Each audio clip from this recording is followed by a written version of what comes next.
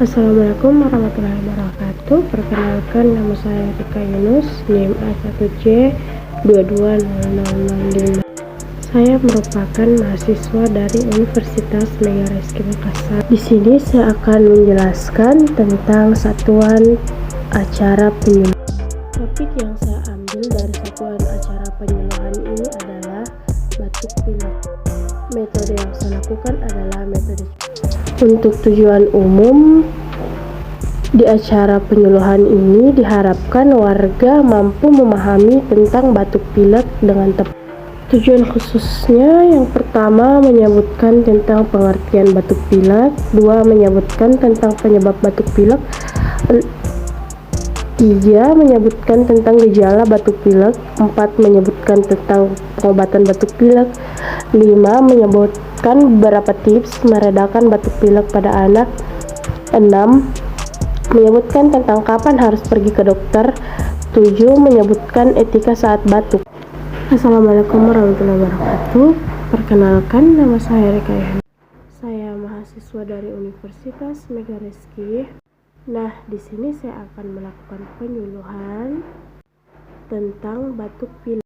Tentunya di kalangan Anda semua pasti sudah merasakan batuk pilek dan sudah tidak asing akan penyakit batuk. Tentunya penyakit batuk pilek ini sudah sering terdengar di kalangan masyarakat.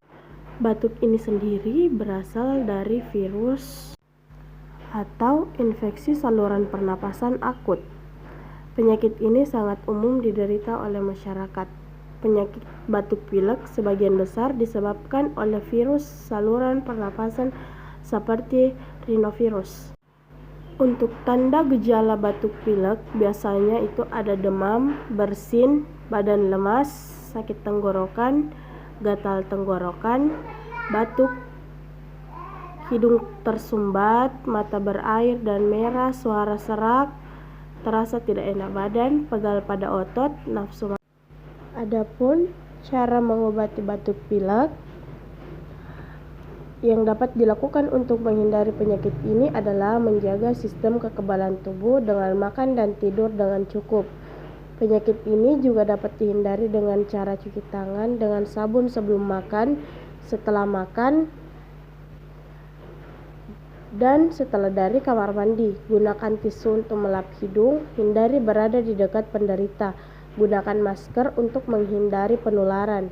Jangan minum dari gelas yang sama dari penderita.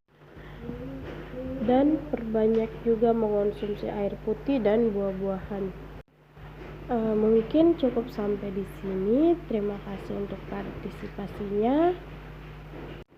Mungkin evaluasi saya dari penyuluhan yang saya lakukan.